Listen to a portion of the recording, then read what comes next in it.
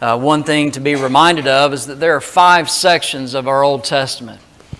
And if you can remember this, especially young people, 5, 12, 5, 5, and 12. That's how it's broken down in those books. 5, 12, 5, 5, and 12. You have the books of law, books of history, books of poetry, the major prophets, and then the minor prophets. And it's helpful, at least in having an overview of the Bible and the Old Testament particularly, be reminded of those things to help along the way as well. The book of Joshua falls into those 12 books of history. And so that's where we find ourselves tonight. Joshua means the Lord saves. Jehovah saves.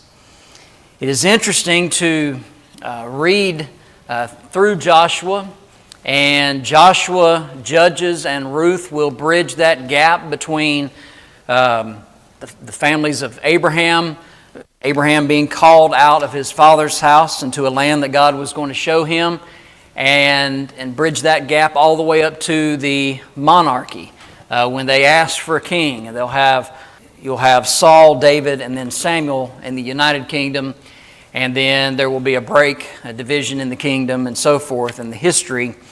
But Joshua, Judges, and Ruth bridge that gap. And so these are historical books early on in the period of history, thinking about the children of Israel, and they're entering into the land of Canaan. So that's kind of the time frame we are.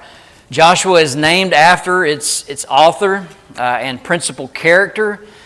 He is the leader. He is the one who has succeeded in following Moses. And so he is now in charge, leading the children of Israel on the conquest of the land of Canaan.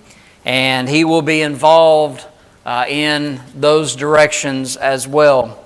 The divvying up of the land, the land inheritance, for the 12 tribes and so forth. There is the possibility, at least, we typically think about Joshua as being the primary writer. There are some other ideas that are put forth that possibly Samuel wrote some of this and compiled things together. And while that's a possibility, we're going to go on the idea that basically it's based on its author and principal character. Moses had changed his name from Oshea to Joshua. Numbers chapter 13 and verse 16, from salvation to Jehovah saves. And so you can pick up on the change there and the meanings. And again, when you study especially characters of the Old Testament, as well as the New, but particularly the Old Testament, I think it's always intriguing to see exactly what their name means. There's usually a little bit of a story that is behind it. And so I think it's very interesting. Joshua was 85 when he succeeded Moses and lived to 110. Joshua 24, 29 through 30. There's a Phoenician inscription in Mauritania, which is West Africa, that testifies, in fact, of the historical activity of Joshua, apart from the biblical record. And it says, "We are those who fled before the face of Joshua the robber, the son of Nun." And that's how Joshua is introduced to us. He is the son of Nun, verse 1. And so they saw him as the robber. Of course, they came into the land and took that land as God had given it to them. So here's just an idea. But what's interesting, when you look at this, let's see if I can get it to pull up. Here is the land of Palestine, Israel, and so forth. Here is Egypt. Here is Mauritania, all the way in West Africa, just to show how far word had traveled concerning the conquest of Canaan. Again, Joshua means the Lord saves.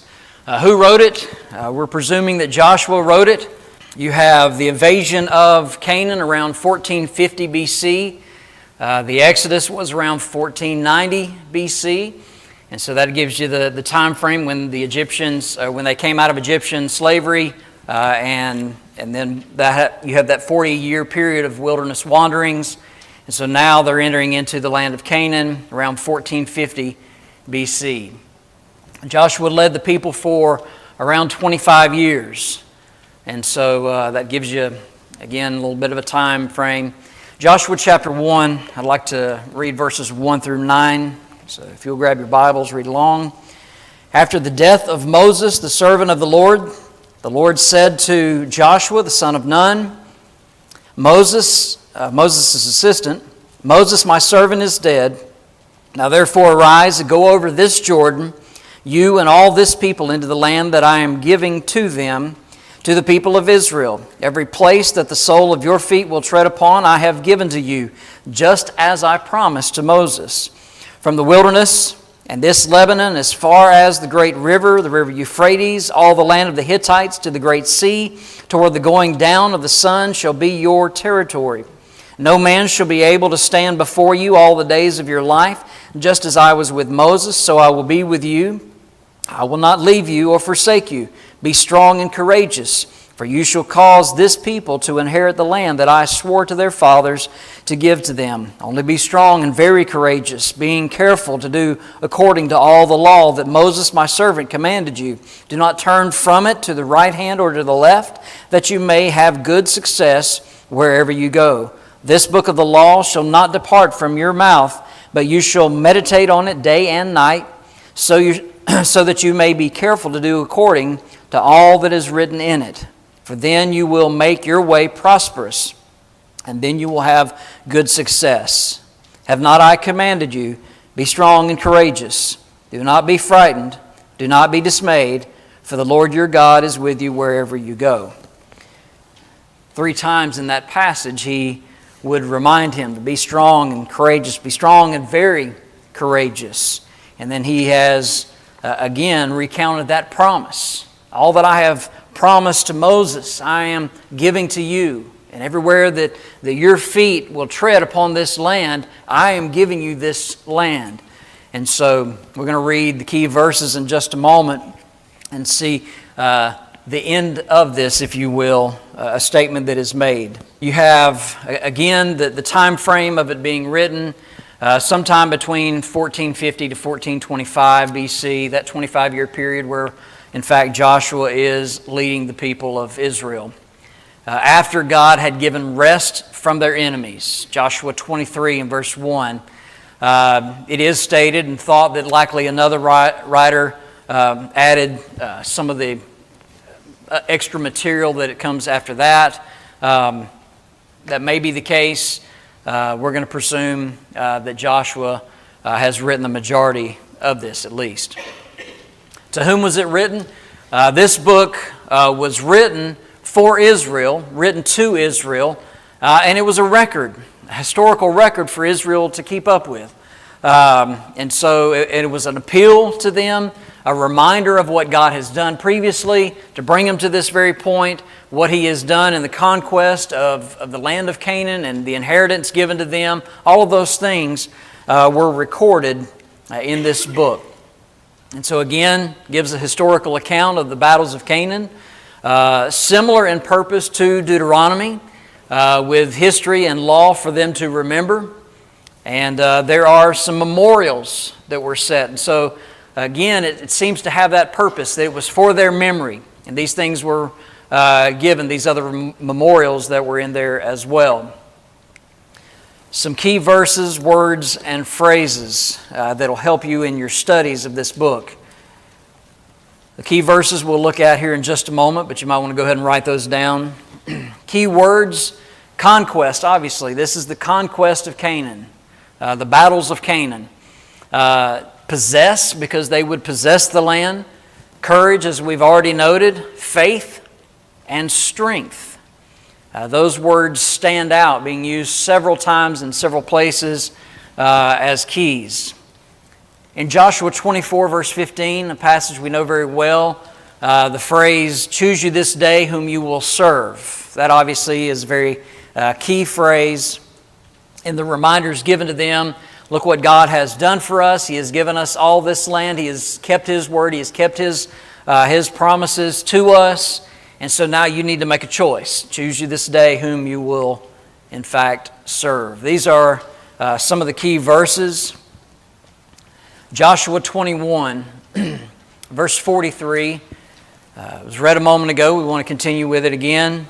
Thus the Lord gave to Israel all the land that He swore to give to their fathers.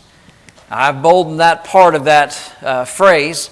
It goes on to say they took possession of it.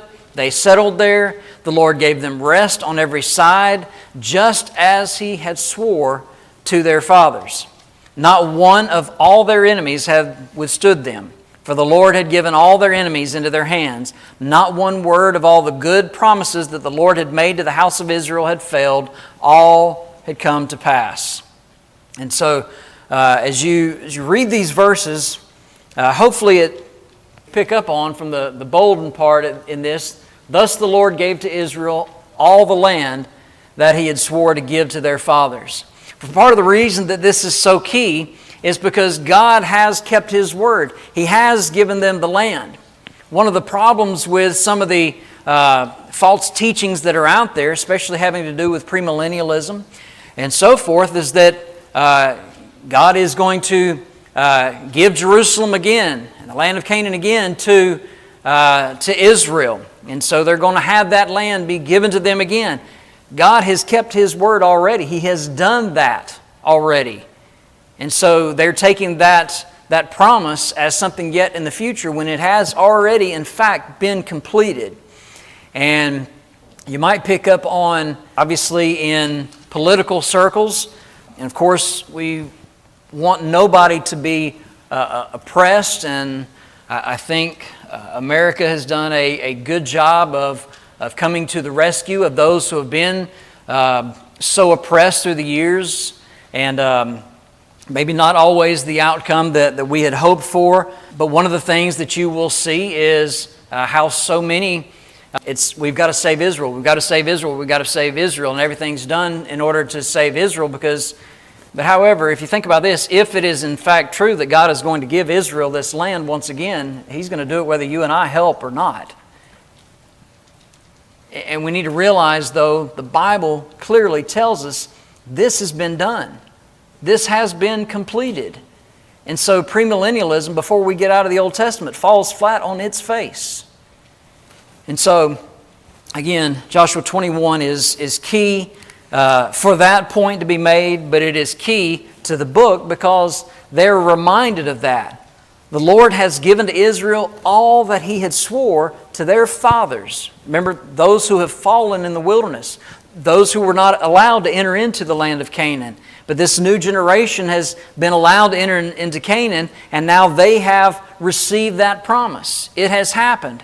And they took possession of it. They settled there. The Lord gave them rest on every side from their enemies. Not one of their enemies could have withstood them. And the Lord has given this to them. It has been done. All came to pass.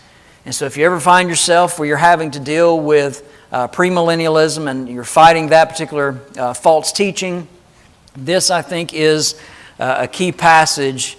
And most folks who might fight for this, they're not sure what to do with this passage. So you might be able to make some headway with folks and get them thinking at least in these things.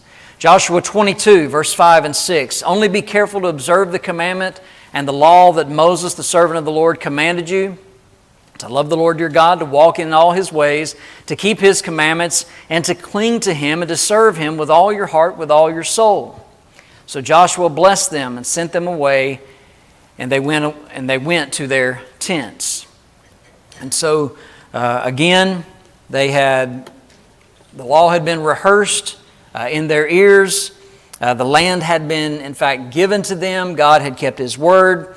And so we find in this conquest of Canaan that God has kept His promises to them.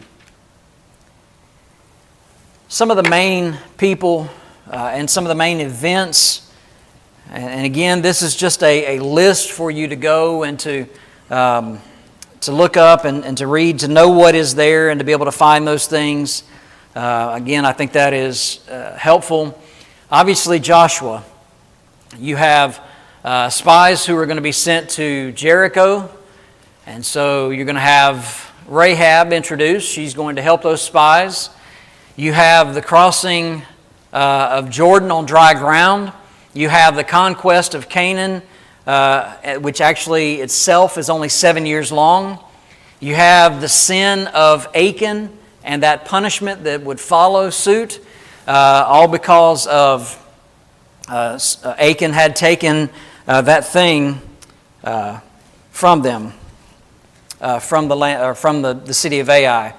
And so you have two cities, and you can see two distinctly different battles that take place. A victory and then a deafening loss that takes place. And then once they find out that Achan has taken this piece, they were told not to take anything from those people. Achan did. He hid it in his tent. And when that was found out and they were punished, then they went back and had victory over Ai. You have the dividing up of the land, inheritance. You have the cities of refuge that are put in place. And I'm trying to work on a lesson dealing with the cities of refuge to be able to share that with you soon. You have not only the cities of refuge. Those cities are set up on either side of the Jordan, strategically placed. But you have 48 Levitical cities that are also set up during that time as well. Joshua's farewell address, his death, his burial, and so forth. You have, again, I'm sorry for it messing up. This is coming from one computer to another, so sometimes this happens. But you have kind of broken down each of the chapters this way. You have chapters 1 through 5. You have them going into the land of promise.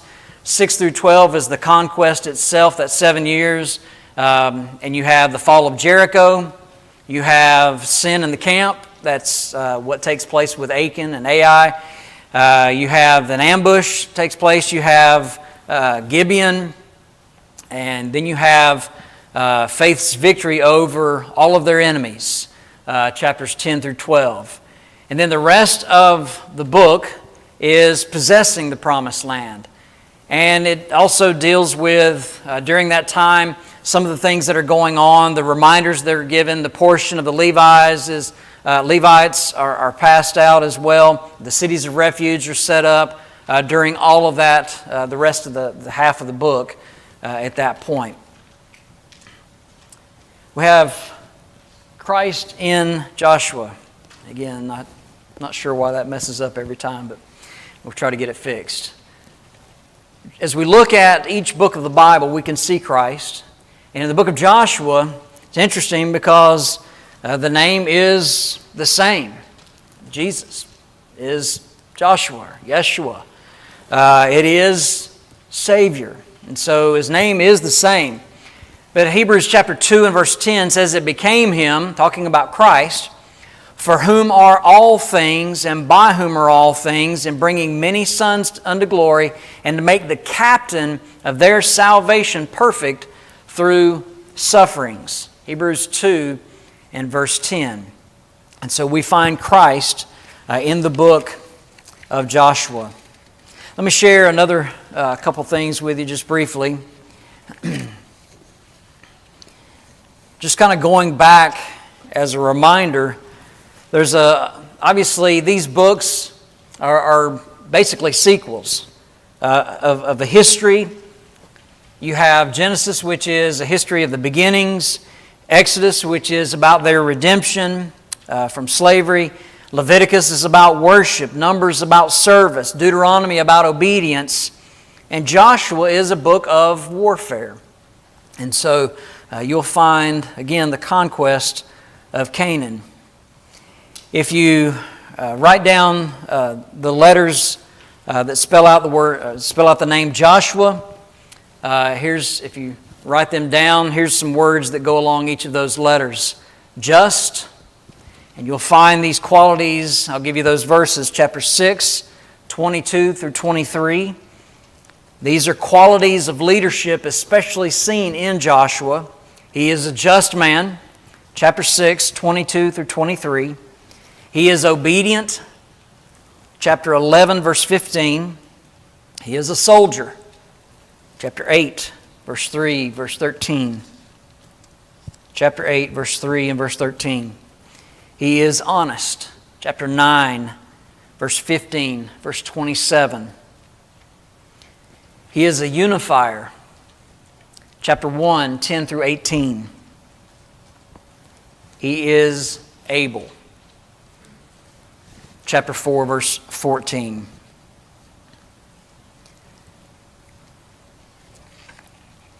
I'd like to give credit to someone. I'm not sure who I stole that one from, but anyway, I saw that somewhere years ago, and I wrote it down in my notes, and I've kept it always right there. In that, Joshua is a great example of a leader. And so as we look to leaders in the Lord's kingdom, we look to men like Joshua, and we see those who are just, obedient, those who engage in the proper warfare in the kingdom. They're soldiers. They're honest. They're about unity, and they are able men to serve and to lead in those ways. And that we see Joshua.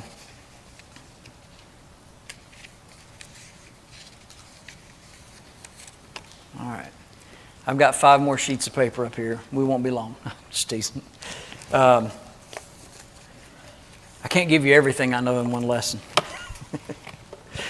The book of Joshua, I think, is one that stands out as worthy of study for several reasons, as we just noticed about looking at qualities of leadership, but also thinking about them taking the land of Canaan and receiving that land as their inheritance, and God keeping His promises. You see faith, obedience, so tightly wound together that they cannot be separated. And so there are great examples of that throughout the book. And so you can see disobedience, obviously, as well, and what that looks like and how that might be punished before God. This evening, as we think about Joshua and the lessons, and we think about Jesus, the captain of our salvation, have you been obedient to the gospel, to our captain? Have you been faithful to Him, serving faithfully in the Lord's army? A song that we sometimes will sing with our young people as well, and thinking about serving in the Lord's army. It is an army that is made up of volunteers. And so it's a choice that you have to make. Are you choosing to faithfully serve and to follow God? Again, Joshua 24 and verse 15. If there's a way that we can help you, encourage you, help you in your study of the gospel itself, help you in some way to answer questions that you might have, if we can help, let us know how while together we stand and sing.